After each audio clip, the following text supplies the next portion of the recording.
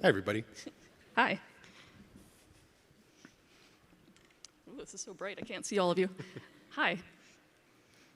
So I'm Nicole, this is Antero. Hello. We are excited to be with you today, and we really do love the idea of conversation with you. So since we're not allowed to do open Q&A, we really encourage you to go into that app as we're going through this, because we'd like to spend at least the last 15 minutes, hopefully, being able to be in conversation with all of you. And we're going to talk a little bit more about ourselves throughout this presentation. We've been working together for quite a long time. But oftentimes when we frame presentations about the future in education, they often come from a very optimistic perspective, an overly optimistic perspective. So this presentation is going to actually start a little bit differently, a little bit more ominously, but we promise that we will get to hope by the end. We do think that education is the practice of hope. But we want to start with this very basic but troubling acknowledgement that the kids are not all right. You can see on this slide, we know the New York Times, NPR, Psychology Today, headline after headline tells us that our young people are suffering. And for everyone here in the audience, it's difficult to see you, but I see some nods. Anyone that works with young people, anyone who loves young people, knows that we are not okay. And oftentimes that kind of leads to a very huge push for us to be optimistic, as if the kids are going to make it okay. But we need to start from the fact that something is deeply wrong, both in our society and in the way we approach education, and specifically civic education, that we really need to start thinking about. And alongside knowing that kids are not okay, we also know that teachers are also in a particularly difficult time in this moment. We can imagine, we're both former teachers, we'll go over an introduction in a little bit. We want to recognize just how difficult we see teacher shortages. We can think through the kinds of demands that are being placed on teachers in the political world, in terms of their physical health.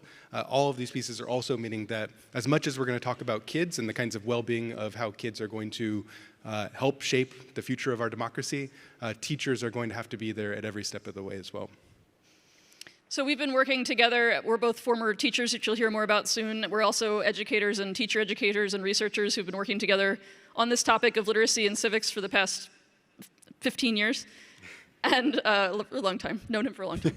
And this is a quote from a student that we worked with, and this quote comes from 2019, so that's even before the pandemic began. But I just kind of want to read this for a moment and let it sink in and think about how young people in your life might be feeling as well. This is a young woman living in Pennsylvania who said, "I would like to point out that the problems we are experiencing today only seem to be increasing as we go further into the future. Global warming, police brutality, gentrification, also things like racism and segregation and white supremacy have been resurfacing. I can only see these things becoming worse over time." It's really uncomfortable for us as educators and for anyone in the room, again, that loves children, to hear this kind of perspective coming from the next generation. It bothers our souls, right? We don't want our young people to be feeling like this about their futures. And so again, we often feel the need to respond with overly cheery predictions about the future. Your generation won't stand for this. The young people today are going to be different. But I think it's really important for us to sit with the idea of civic dread among our young people and think seriously what that means for the kind of civic education that we offer them. Because civic dread is a completely reasonable response to a world on fire in many ways. And that's something that we need to think about in terms of how we do our work differently. And so, as we were thinking through this work today, and as a way to maybe contextualize how we're thinking about this, we tried to put our baby pictures up here. These are from our beginning years as classroom teachers. We've been professors longer than we've been teachers at this point in terms of our careers. But this was I'm the one that looks like me, but a younger version of me. And this was my first year of teaching, and we're trying to think through, like, what are those moments that made us kind of think through what is the greater purpose of what schooling looks like. And so I'll share a very quick anecdote. My very first day of teaching, the weekend before, I'd come down with something called Bell's palsy, which is a really cool situation where half of your face is paralyzed. If you try to smile when you have Bell's palsy, you kind of look monstrous to 10th and 11th graders on the first day of them meeting you in high school.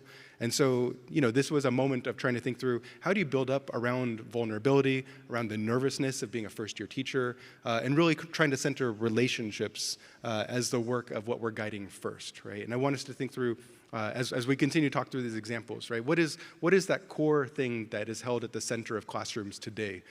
It's probably not an algorithm. It's probably not some large language model, right? It's probably relationships that we need to hold as sacred as what happens between young people and each other and young people and adult mentors. Nicole, what's your first year like? This is me in my classroom in Brooklyn, New York. That's where I started my teaching career.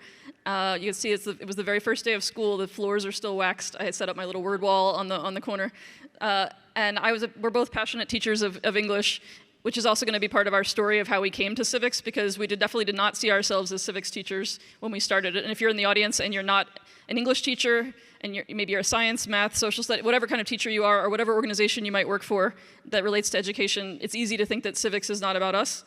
All I knew at that time is that I cared deeply about my students, and I actually had the opportunity to loop with them unintentionally. So I was in a school that had a lot of turnover, and a lot of teachers would leave from year to year. So even though I started as a 9th grade teacher, I became the 10th grade teacher out of necessity, and then the 11th grade teacher, and then at that point we kind of just kept it going as a loop, which actually was one of the most rewarding experiences for me, and I think for my students to be able to go together through high school. And when my students were graduating, and I was writing in their yearbooks, thinking about what to say to students I had literally spent the last 4 years of my life with, their entire high school experience, I realized that I didn't care so much about whether they remembered the words to Hamlet's to be or not to be soliloquy, even though I loved teaching it to them and I loved reciting it. I really cared most about whether they could use their literacy skills to advocate for justice in an often unjust world. I wanted them to use their voices to stand up for what was right and to stand up against inequity. And that's when I kind of realized over the years, and Antero and I met in graduate school, and that's when we started sharing our work as English teachers and realizing that we shared this common commitment to the idea that we are civics teachers. We are doing something about every moment in our classrooms was a moment of imagining what kind of world we wanted our students to be living in. And I want us to take a moment to think, and some of you might have seen this article when it came out. When the pandemic struck, there were conversations that we were having in our field, in the field of education, the field of education technology. In 20 and 21, we had this moment where we kind of imagined that school would never be the same. I don't know if you remember this when you were sitting at home, whether you were teaching, whether you were working with students in another way. And we thought there had been such a rupture that there was no way that schools as we had currently done them could possibly be what we were coming back to. We thought the world had completely changed and that all the possibilities for what education could be were lying in front of us. And the novelist Arundhati Roy wrote a piece that was extremely inspirational to many of us, claiming that as horrifying as the pandemic was and is and continues to be, the amount of suffering and devastation that it has caused, it could also be a portal to a new world. This could be a moment to reevaluate all of our assumptions. This could be a moment to build the world that young people deserve, to build a different space. And we took that very seriously in our work, and it's really influenced us to think about what are we doing sitting in these schools every day? What is our purpose? But we've seen that as schools have reopened after the worst of the pandemic, like a rubber band, something about the trauma and something about the difficulty of moving forward and thinking differently, we just snapped right back in as a system into doing things the way we had done before. And we'll talk a little bit more in a moment about learning loss and the discourses that have just popped right back up, and we're doing school the same old way, harder than before. And there's just something very ironic and sad about that. And I think that suffering doesn't always lead to transformation. Suffering can sometimes lead to grievances and to moving backwards. And so it's not surprising to us that the novelist who gave us the language of the portal is now facing censorship and challenges to freedom of expression in her country, and that we are experiencing in the United States and around the world rising populism, encroaching fascism in ways that are threatening what is possible. And we're wondering what that means and what young people are seeing and feeling as they come back to schools after this moment that should have led us to something different, that we're giving them more of the same. We have some more information that kind of backs up this idea that we all know viscerally in our hearts, this idea that young people are not okay and that we are not okay. There's a survey that just came out recently it was run by Common Sense Media and from Gallup, a separate survey from Gallup and the Walton Family Foundation that surveyed teenagers from around the country, and they've been doing this survey multiple times over the generations, and they found that at this moment in time, young people, number one, we know their mental health is struggling. We know that attendance at school is down, and we know that when students are in school, they are feeling like what they are learning is not relevant to the world they see around them on fire, and they're not quite sure where to go next. And the three words that the young people in the survey said most characterize their time in school, are bored, tired, and pressured. So they're feeling, again, the mental health strain. They're feeling the sense of uncertainty and dread about the civic world that they are inheriting. And they're feeling a lot of pressure, again, to conform to the same old rules of school. And for that to be a civic context that we're living in shows us, again, that we need to create something different for our model. And so when we think of, if we know that something different needs to exist, we're trying to see what is the field currently saying, right? And so the New York Times had this editorial at the end of last year that kind of really synthesized the kind of obvious recognition, the consensus that there is this idea of learning loss, right? And just as a brief note, Nicole's done research on this before. Learning loss was a thing as a term that existed pre-pandemic, right? And it was largely about literacy and learning opportunities during the summer, right? And kinds of ways that there would be slippage from one academic year to another. I want you to hear quotation marks around everything I'm saying around this. There's some frustration, I think, with my sense of the take-up of these words. And the opening paragraph of this really gets to what this sentiment looks like. I think, yeah, so as it boils down to, researchers have long known that American students grow more alienated from school the longer they attend, and that they often fall off the school engagement cliff, at which point they no longer care. The sense of disconnection stems from a feeling among high school students in particular that no one at school cares about them, and that the courses they study bear no relationship to the challenges they face in the real world. It's the exact sentiment, right, that we heard from the surveys previously. And so if we know whether or not I believe in the idea of learning loss as it's taken these academic measures, we know that students have the same kind of frustration and that it's been exacerbated as a result of the pandemic. And so what have we done as a result? What has been our solution? The solution is oftentimes more school. While tutoring is a step in the right direction, other measures to increase the time that students spend in schools, such as after-school programs and summer school, will be required to help students who have fallen furthest behind, right? Our solution in the field, and this has been our solution for ongoing a century at this point, has been when there's problems in school, do school harder, right? And this comes across every kind of crises that we've faced, right? What are the ways where we might imagine other kinds of possibilities? And I think what we want to talk about over the next 40-ish minutes of time remaining with you all is really this sentiment of, if we know that this is the ship that we've been sailing in for so long, right? Where are we headed as a democracy, right? Where are we headed with schools? What are the ways where the word exploding is in the title of the session? How might we rupture what we've currently existed, right? Where might that portal take us in one kind of step? And so thinking about Aaron Roy's reminder, right, that the pandemic was a portal, and even thinking through the frustrations that we've seen ongoing since the pandemic, right, we know that the world could stop on a dime when it came to education, right? When it came to particular kinds of challenges, we overnight turned schools into a virtual learning environment. There's a lot of mess involved with that, and we're still figuring it out. We've seen massive and radical change, and we know that it's possible. And that door seems like it's slipped, right? That door is closed. Doors don't slip. That the door has closed.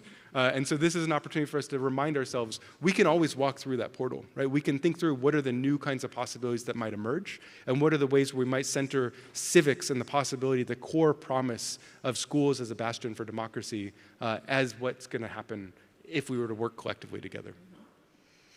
And so when we decided to put this new book together, we kind of wanted to start with that as our defining question. What if in schools, instead of preparing young people to survive in the dysfunctional world as it is, what if school was the time to dream with students and support them to build the world that they deserve, the world that is possible, the world that is to come? What if that could be the driving purpose that we use in education that could possibly help reverse the boredom and the tiredness and the pressure that young people are feeling? So in our book, we talk about the world to come.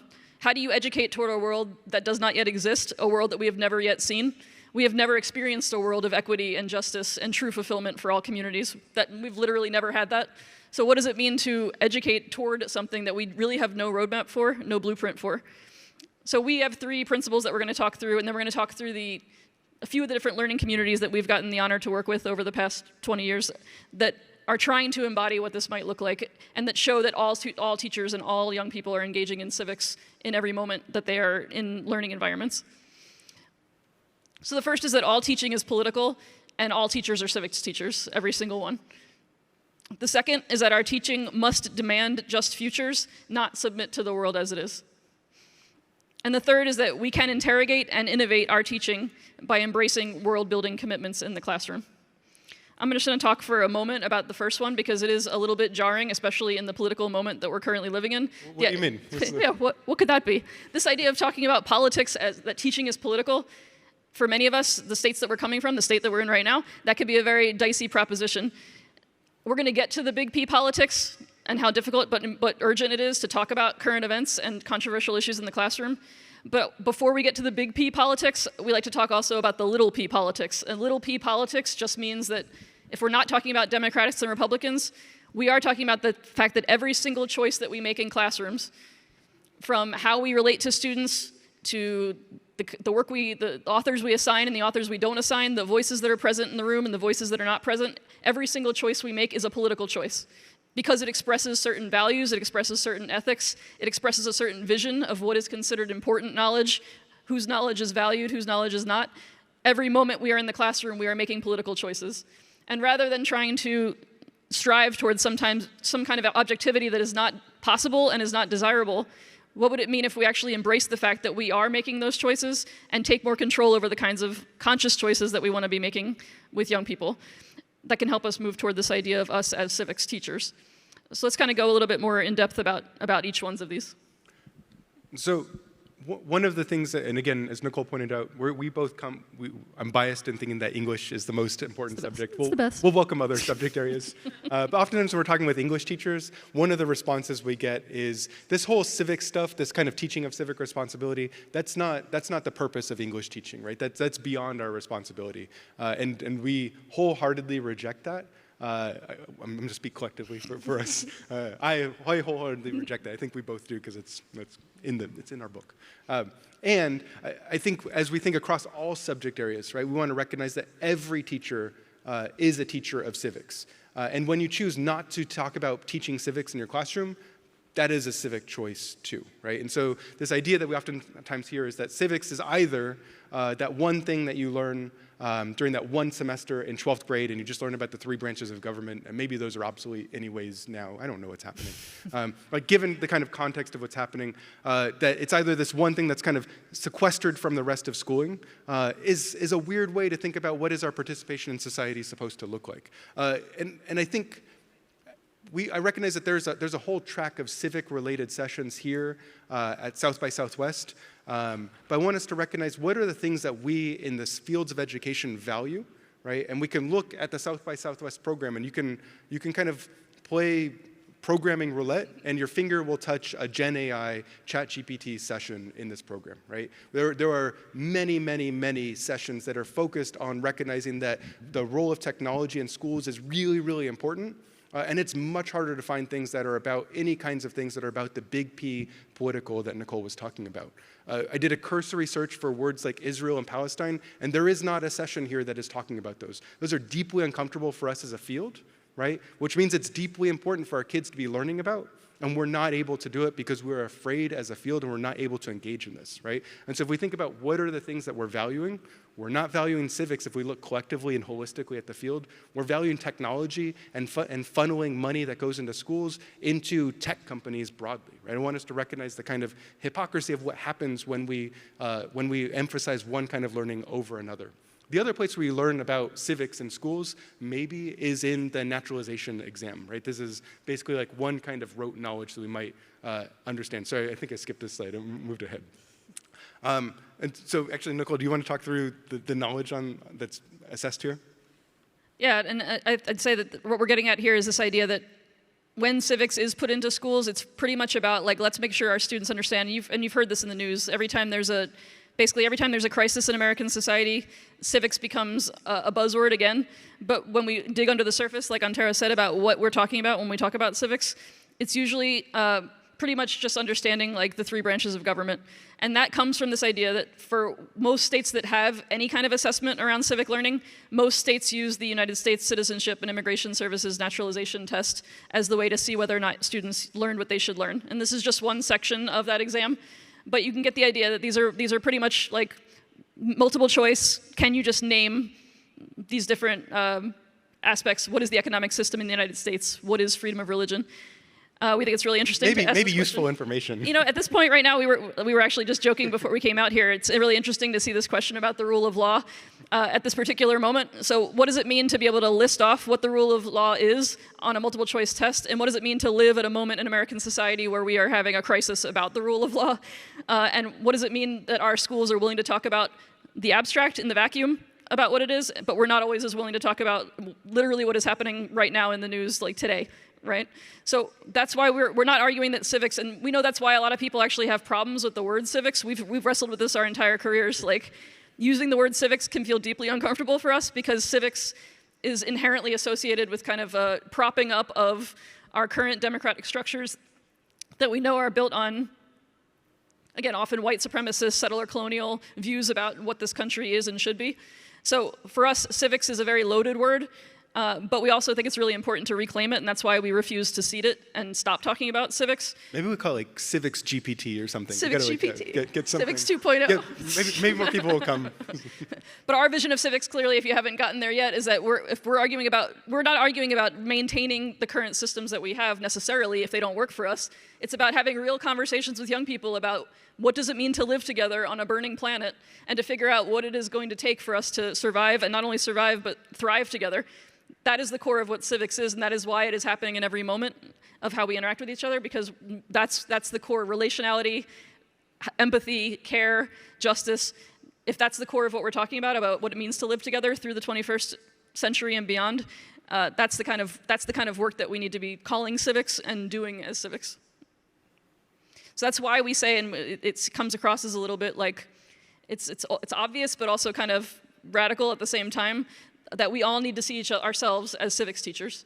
Every one of you could be asking yourself this question right now, which is, what vision of civic life are you communicating in your sphere of influence?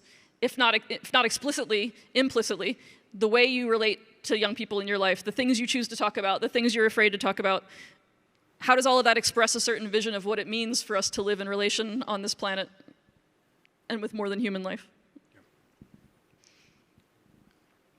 And we'll bring this up because, we brought it up a few times. Like, at the second part of this, we talked about little p politics. We are making choices all the time. And then there's big P politics and how difficult it can be right now. We know that there's laws around the country. We saw the display outside around banned books, banned conversations, gender identity, race, how difficult it is to talk about the things that are the lightning rods in society right now, but also how crucial it is that we do.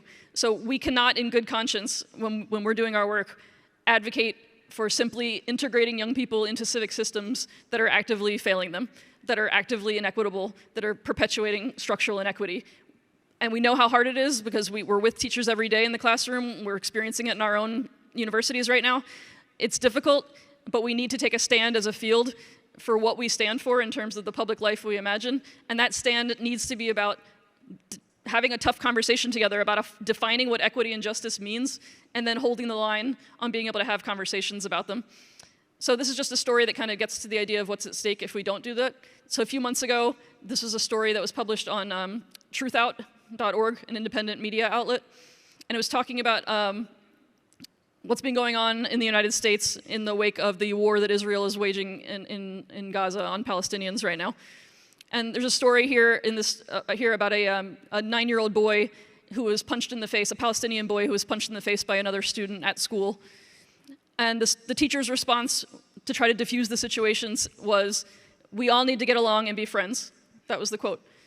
And yes, we understand, and I write about empathy, I write about social emotional learning. We both have talked about this a lot in our work.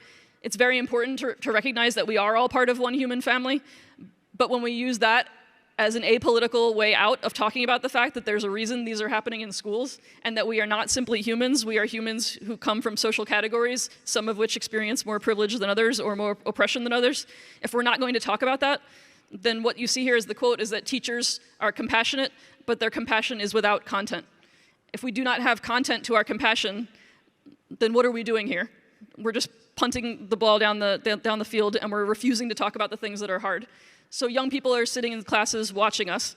They're on TikTok, they're living lives in which they are experiencing privilege or experiencing oppression. They know the world that's going on around them. They might not have the language for it, but they feel it, and they want to talk about it, and they need us as the adults in their lives to create spaces for them to do that. But if we don't do that and we simply tell each other to be nice and keep it moving, then we're in a situation where we have abdicated what we would say is our primary responsibility as educators, to build a world with them that is worthy of their ingenuity and worthy of their creativity and their brilliance. Part of the reason we, yeah, I appreciate the snaps. This is part of the reason we say, let's be nice, let's all just get along, is I think the other alternative for teachers is to say it's complicated, right? And because it's complicated, I think that means that teachers are unwilling to engage in the research on themselves. Our field does not allow us the space to do that, and as a result, we punt it for that reason. We either punt it on content reasons or punt it around discomfort, right? We write a lot about these kinds of new approaches, these kinds of world-building approaches in lots of kinds of academic spaces, and the phrase we've been using in those is the speculative, right? We talk about speculative approaches to education and speculative approaches to civic education. And for us, the speculative is recognizing that we've, for too long, have been building within the same existing boundaries of what schooling is supposed to do, and we might imagine what could exist beyond that boundary or beyond the horizon, as this picture is supposed to demonstrate. When Nicole pointed out that's a clothesline and that's all I can get out of my head. It's like, I can't see a horizon, I can't see it. But as we think of, what are the ways we might think of a speculative approach or a world-building approach that moves beyond the existing boundaries, the existing horizon of what happens in schools, what is the work that's inspired us? I cropped off the full word here, but some of the things that have inspired our thinking around this as maybe some guiding posts, this would be the equivalent of like the academic literature review, but hopefully a little bit livelier, is work like Station 11, right, which kind of centers the work of arts and centers Shakespeare of all people in this post-pandemic world as a process for healing and common understanding. I think we've both thought about the HBO miniseries. It came out in the middle of the pandemic and is about a global pandemic, and so I don't think quite as many people saw it as they might have imagined, might have been drawn to that show. But we think of the role of art there as being particularly useful.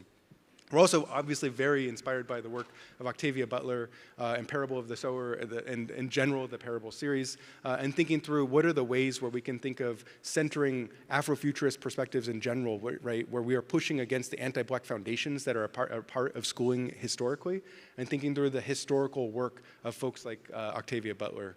We put W.B. Du Bois next to Octavia Butler here to recognize that at the same time that W.B. Du Bois is talking about things like double consciousness and the kinds of ways that dual identities are shaped for historically marginalized and Black individuals in this country, he's also writing science fiction short stories, right? That these two things exist concurrently, right? That he was a short story fiction, science fiction writer at the same time. And then we have some more academic-y kinds of things. This idea from Arturo Escobar of the pluriverse, right, which actually comes from a Zapatista notion of this idea of a world that contains many worlds in it, right? That we can have multiple possibilities always brewing within our classrooms. Our classroom always has the pandemic portal open, right? At the same time that school policies might force it shut at any given time, right? Both things can be true. And we're inspired by the work of Alexis Pauline Gumbs, her work on Drowned, right? There's many, many other authors, but it just gives you kind of like some snapshots of the kinds of work. On Drowned is Black feminist lessons from marine mammals, right? What are the ways we might learn about captivity and captive birth from bottlenose dolphins, for example, right? As one kind of random chapter in this book, right? What are the ways we might learn from the more than human world around us as we're thinking about the ways we organize as individuals, as human beings? And then we're also inspired, I have 4-year-old twins, so I read a lot of children's books with them.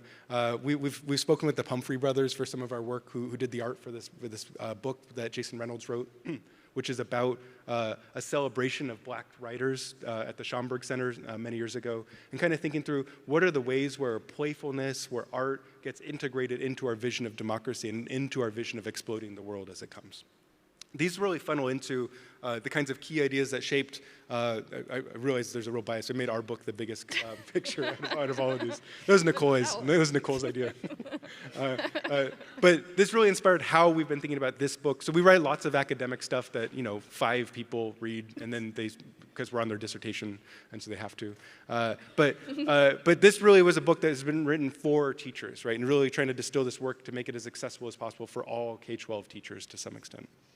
So we thought about this idea, like we said, we took this idea of the speculative, this idea of imagining a new world, because we thought about those young people that we mentioned that are sitting in classrooms right now wondering what we're doing in school, like what the point of what they're sitting there for is. This book is for them, and this book is for teachers that know that just like the same old is not enough. So that this book is a love letter to them.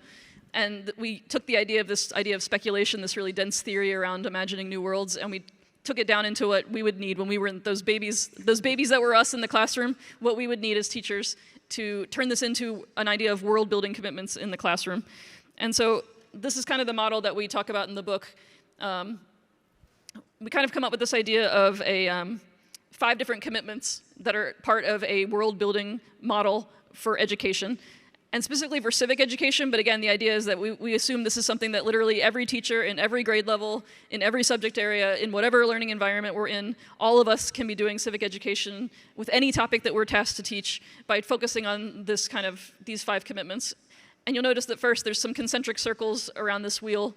Obviously, like we talked about, the outermost circle, the part where we need to start from is a commitment to equity and justice, and really interrogating together what equity and justice means, moving past equality and toward equity, and talking seriously about what justice means in the midst of very complex issues.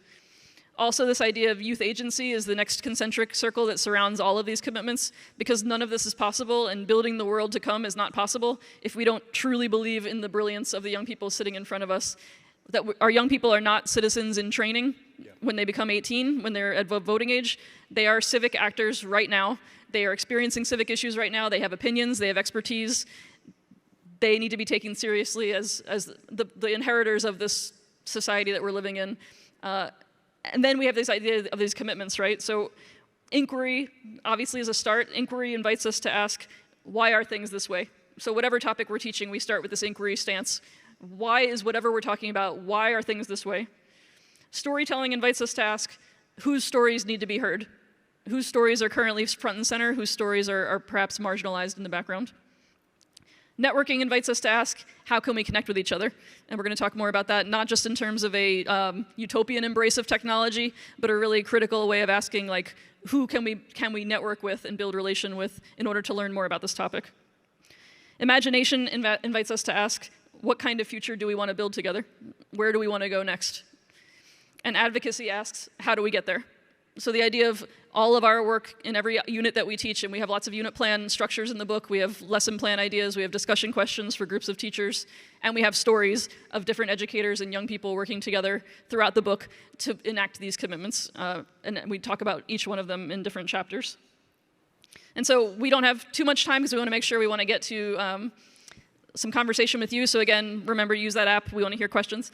But we wanted to at least tell you a few stories of, there's 4 different communities that we focus on in the book, and we tell their stories kind of throughout, they're weaved throughout every chapter, and we have teachers actually writing a chapter of the book. We've got young people's voices in the book, because a lot of our work is around young people driving inquiry as well. So we're going to start with a story about debate. I don't know if I can't really see anyone, but were there any debaters in the room, like high school debaters or any debate coaches? I see some hands. We had some. I know debate. I was not a debater in school, but I wound up becoming, as part of my work, not only as an English teacher, but also a debate coach. So this is a picture of me way back in the day with the students from our state championship caliber debate team from Acorn Community High School in Crown Heights in Brooklyn, and off to the side there is my mentor and friend Ben Honoraff. But We've been thinking about debate a lot lately because I still work with Ben all these years later. He's now the principal of a middle school in Williamsburg, Brooklyn, Middle School 50. And as we've been working together, we've been asking a lot of questions about debate, which is often seen as a very civically engaged literacy practice. And we've been questioning, like, what value does it have in our current moment to move us toward a world that we want, the world to come? So even if you're not deeply familiar, I was a policy debate coach. So in policy debate, you move through a series of 8 speeches.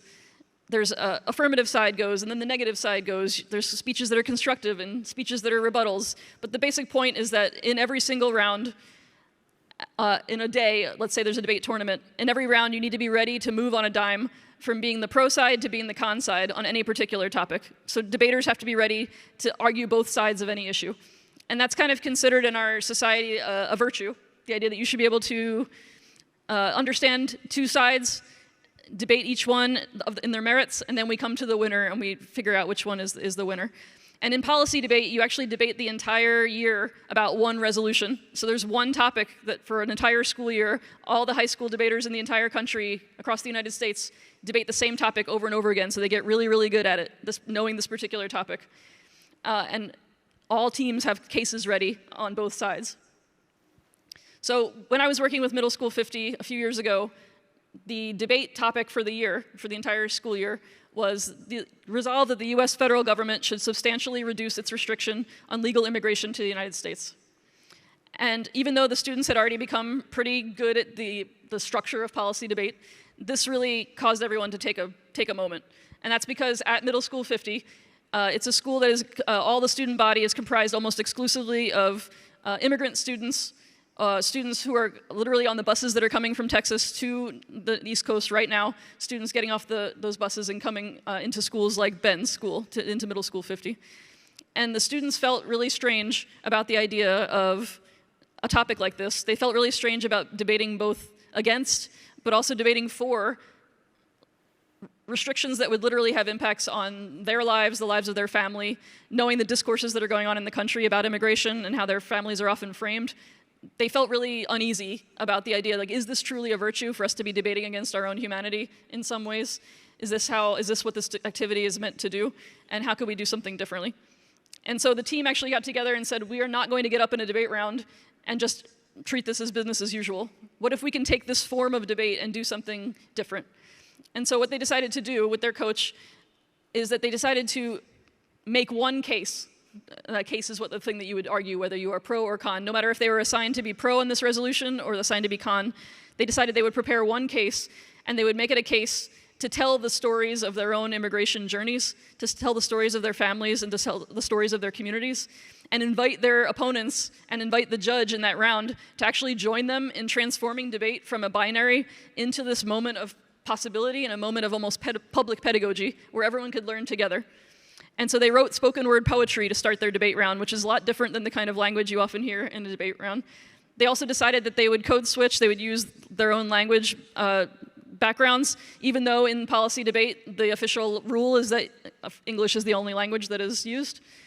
They decided they brought translators with them to the round. They handed out all of their materials to the other teams in both English and Spanish to make sure that everyone in the round could understand each other. They created a world to come in that space to try to imagine what it could be like if everyone could understand each other and everyone could hear a story about immigration that was different than a pro-con, winner-take-all binary. And this is a clip, this is a portion of one of the spoken word poems that a student read in a debate round. Obviously, you can imagine that this did not always go well. There were some times that the judges just automatically voted them down and voted against them because this is not what debate is. This is not what we're supposed to be doing. This is not what this activity is. But there were also times when the other team actually kind of dropped their pre-prepared case. The judge was willing to listen, and they had a much deeper conversation about this question: why? Why can't we imagine a nation and a debate without borders? Which is one of the questions that students brought in. And again, this might seem kind of like idealistic, or again, this idea of the speculative can often seem like just this fantasy land that we're living in. But there were moments in every single debate round when the veil kind of came down for a moment of us always being stuck in what we already have, what already exists, what is possible within our current structures. And there was a moment of dreaming, a moment of imagining what it could be like if we could do things differently. And as students move forward, we see those moments as the commitment to inquiry, the commitment to imagination and storytelling that could help us imagine a new world, because we can't get to a new world until we can imagine one. And this kind of, they took with them all the way to the national debate championships. They were robbed, they didn't win the championship, but they made it really far, and they really changed the game. And there's a lot of folks in the debate community seeking to kind of do something different. And so we just want to kind of play that out about all of us in whatever field that we're in. All have certain forms, like genres that are just kind of like set, like the 5-paragraph essay for us in English, for the DBQs that are in social studies. Whatever field you're in, there are certain literary forms that we feel like are kind of unmutable and can't change. But one of the things we talk about for teachers in our book is that we can change those, and when we do so, we can imagine a world to come with our young people that could really inspire them in ways that are really powerful. So, I'm going to do this a little fast because I want us to at least briefly do the council, maybe. And so, if the debate work kind of really points to some out-of-school possibilities of what the speculative might be able to do, we've been trying to think through, what does this look like when it comes to teacher preparation, professional development, working in classrooms, particularly in English classrooms. It's the best subject, obviously. Again, the best. And so the Digital Democratic Dialogue Project, it's been ongoing now for a little while, really gets us to what this work might look like in classrooms. Including someone in the room, teachers from across 6 different time zones, 6 different school sites, 4 different time zones. So many sites of logistics to kind of think through, and an equal spread of teachers from districts that went leaning towards Clinton and leaning towards Trump during the election year when we're Biden, not Clinton. You're going all the way back. Oh, Biden. Yeah, that's right. Sorry, Biden. And we're continuing this now with a new cohort of teachers. And so I'm going to talk through what this looked like with the first cohort. The idea was to figure out how can we get students from across worldly differences, right, the entire world, the ecosystem where young people are living, who might not see alternative perspectives, place teachers in conversation with each other and think through what are the ways where dialogue rather than debate, as an example, might foment a particular kind of civic consciousness. There was a summer retreat. Nicole fostered and led these spaces with multiple design cycles. I'm going to kind of quickly go through these, and you can kind of see like the kinds of activities, the kind of socio-political, historical moments that are happening across the year, and the planning as these teachers are trying to figure out how to coordinate in real time the ways that their students are going to be communicating with each other. And so of these 3 design cycles, the first is really just trying to identify, like, where do I come from, right? Like, who am I? What are the kinds of identity practices that shape who I am, right? And so students would share, would comment, would kind of, for those of you who make online platforms, they're not good. We need better ones for this. Come and talk to us, because it's very difficult in schools to get young people safely to be able to communicate with each other on non-corporate controlled platforms to be able to do the kind of amazing work that they were doing. Yeah, it turns out just having kids talk with one another is not easily monetized in ways that I think platforms want and that abide by COPA rules for schools. And so these are when we found tweaks every time we've done this to make this work. But these were the kinds of identities and the kinds of communities that young people identified with as a starting place for what this looked like. We then wanted to use this for young people to be in affinity groups, to start engaging in the kinds of conversation that looks more familiar, like what inquiry in English classrooms might look like. And so students might be in a gun group or a gender group, right, and kind of think through what this looks like. And using an online platform, students were asked to engage in dialogue with one another. And as you can see from the first comment, the students automatically internalize how school has prepared them for this, right? So you see the students say, hello everyone, I'll be joining you in this debate, right? We didn't call it a debate, but you immediately kind of see the orientation. We tried, and it was interesting because that's how much we've ingrained in young people, that every time you talk about civic issues, it must be in the form of a debate. Because even though the students had spent the entire fall across these 6 sites, 200 kids, sharing photo essays with each other, incredibly amazed by each other's lives and how we all live in this same nation state, but we all have very different experiences. They had this beautiful dialogue. And even though they knew each other and we had been seeding this kind of dialogue, as soon as you start talking about an issue, they thought they were supposed to go into debate mode, and we had to then take a step back. Yeah. I mean, you can see just kind of in these responses, right? So you get, I'm going to read the Elizabeth Warren quote in a second because I think it's useful, but you see the kind of, I'm going to share my data, you're going to share your data. I'm not actually in conversation with you, I'm just kind of performing what school tells me to do, right? And so one student's evidence was foreboding considering what happened afterwards. But Elizabeth Warren said, we lose 8 children and teenagers to gun violence every day. If a mysterious virus suddenly started killing 8 of our children every day, America would mobilize teams of doctors and public health officials. We would move heaven and earth until we found a way to protect our children, but not with gun violence. That is not a quote that's aged well post-pandemic, but it's a useful kind of reminder of where we are. So this kind of middle design cycle kind of pointed to maybe the limitations of how conversation might, or how dialogue might be sparked. But we saw other ways where once we moved past this kind of debate, we got more expansive forms of conversation, right? And so in the same kind of group around understanding guns and and the role that guns play in communities, right? One student wrote, I left my gun on the porch and it didn't kill anybody, and you kind of see, the picture that they posted. And then another student offers a different nuanced picture of a tribute in the street for lives lost as a result of localized gun violence. And the ways that these moments kind of fuse together. I think the next slide is a quote from one of these creators, right?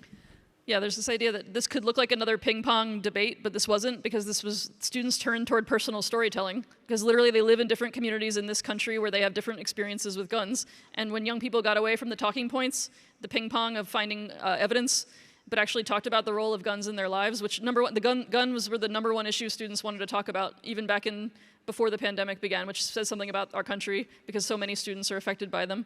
And they were really, like, this led to a different kind of experience for them of, like, literally realizing that different students have different experiences. It deepened their idea of what kind of conversations we would need to have as a country, and also led them to understand and empathize with another person's experience in ways that simply doing, like, the debating 5-paragraph essay, find evidence for your claim, couldn't really do. Yeah, and so you get the student. I'll actually read the whole thing. I think it's really useful to hear young people's voices.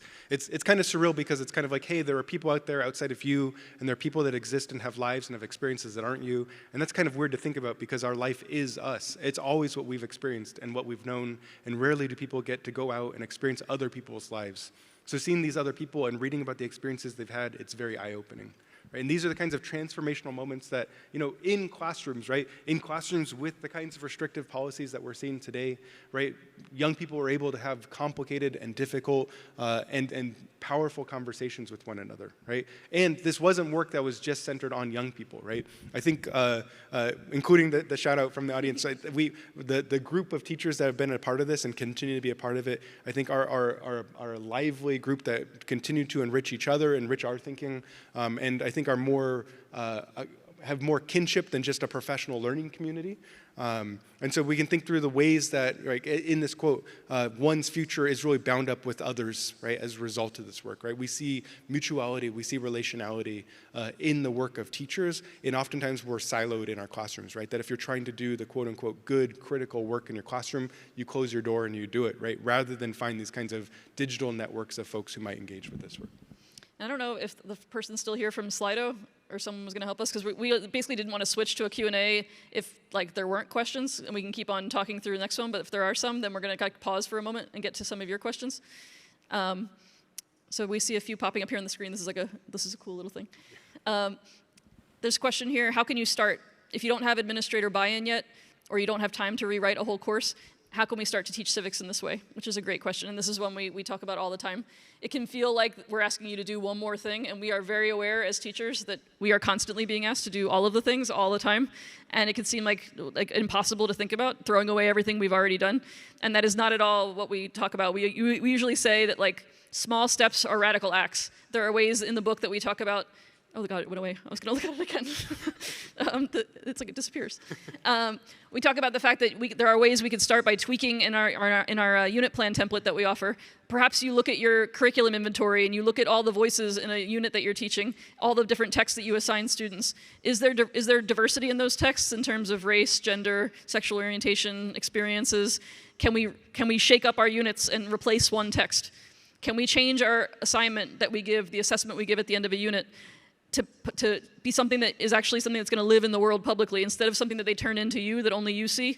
Can we make it something that actually goes out into the world and engages with people? Like, tiny steps like that can be the start. In each of those commitments, we give steps about how to start, and then steps for taking it to the next level.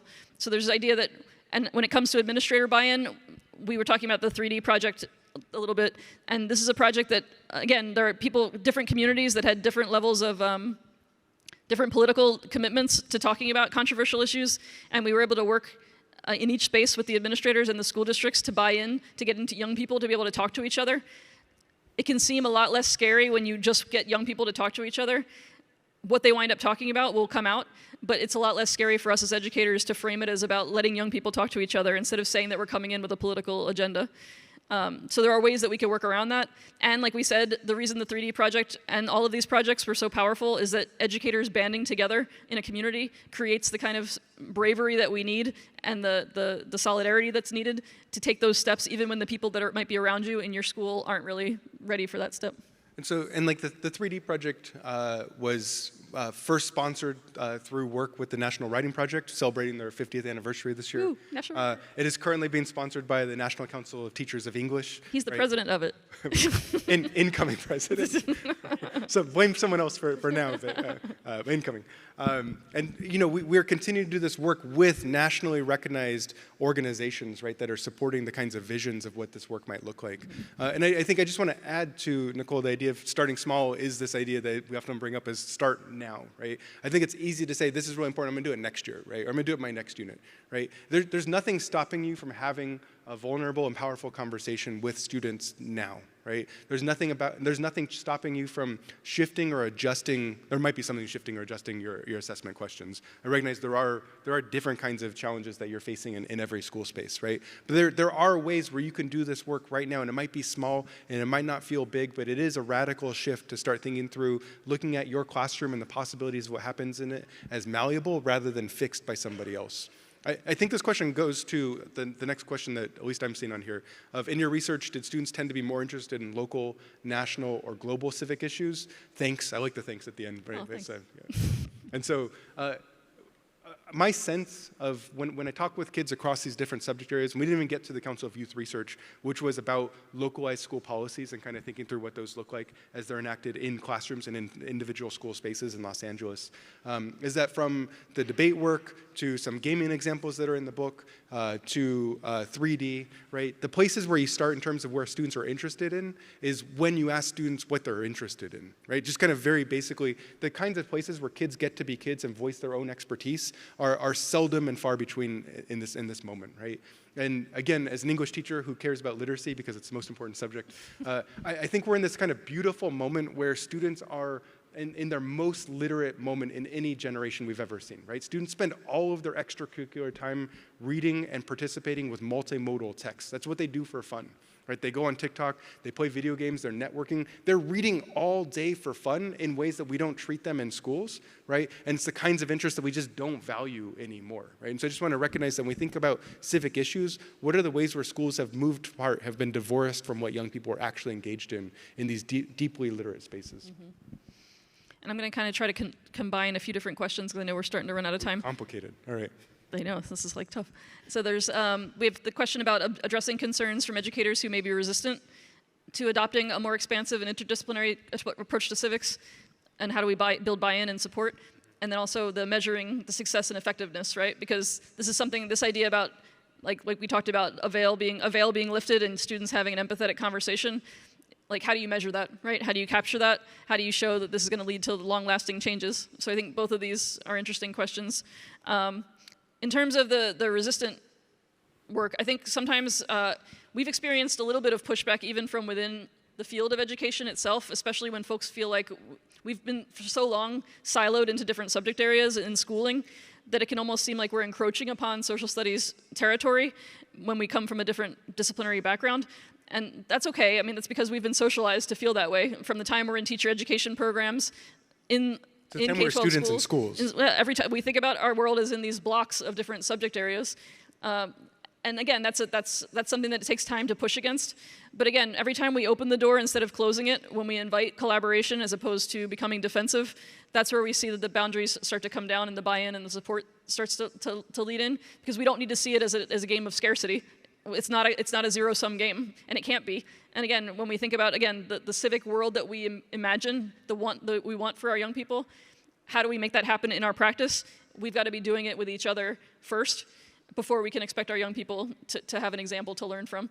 So when we're thinking about folks that are resistant, we often show, again, a lot of it comes from fear because of the fact that we're living in such a time when teachers aren't being respected and their expertise is not being respected, but also because of the fact that we just don't get the chance to work together. So creating something like these projects, like our work of being able to bring people together like this and give them a space, like when we worked with NCTE to do another round of the 3D project, there were many more teachers that wanted to be a part of it than we could possibly give the opportunity to, and it just speaks to the fact that folks are hungry for this work and the young people that are in their classes are hungry for it.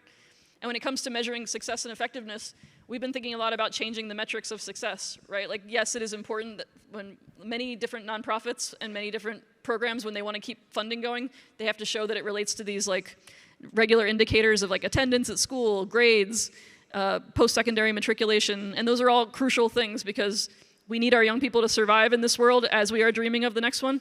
But we refuse to believe that effectiveness of a program like this can only be measured in things like wanting to be in school more, because like we said, that's kind of a weird contradiction. We literally see we see the success and effectiveness in the kinds of conversations that are being had in those moments when young people are saying the kinds of things that you saw, when they're dedicating themselves to lives in public service. So we literally have students from our program that we didn't get a chance to talk about too much today, that we worked with years ago, that have decided to go back to their communities and become teachers or get involved in nonprofits because they see a certain agency in themselves that they hadn't seen before. And it's because they were taken seriously. We often think about talking about these hard issues with young people will disempower them when they see the enormity of the issues surrounding them.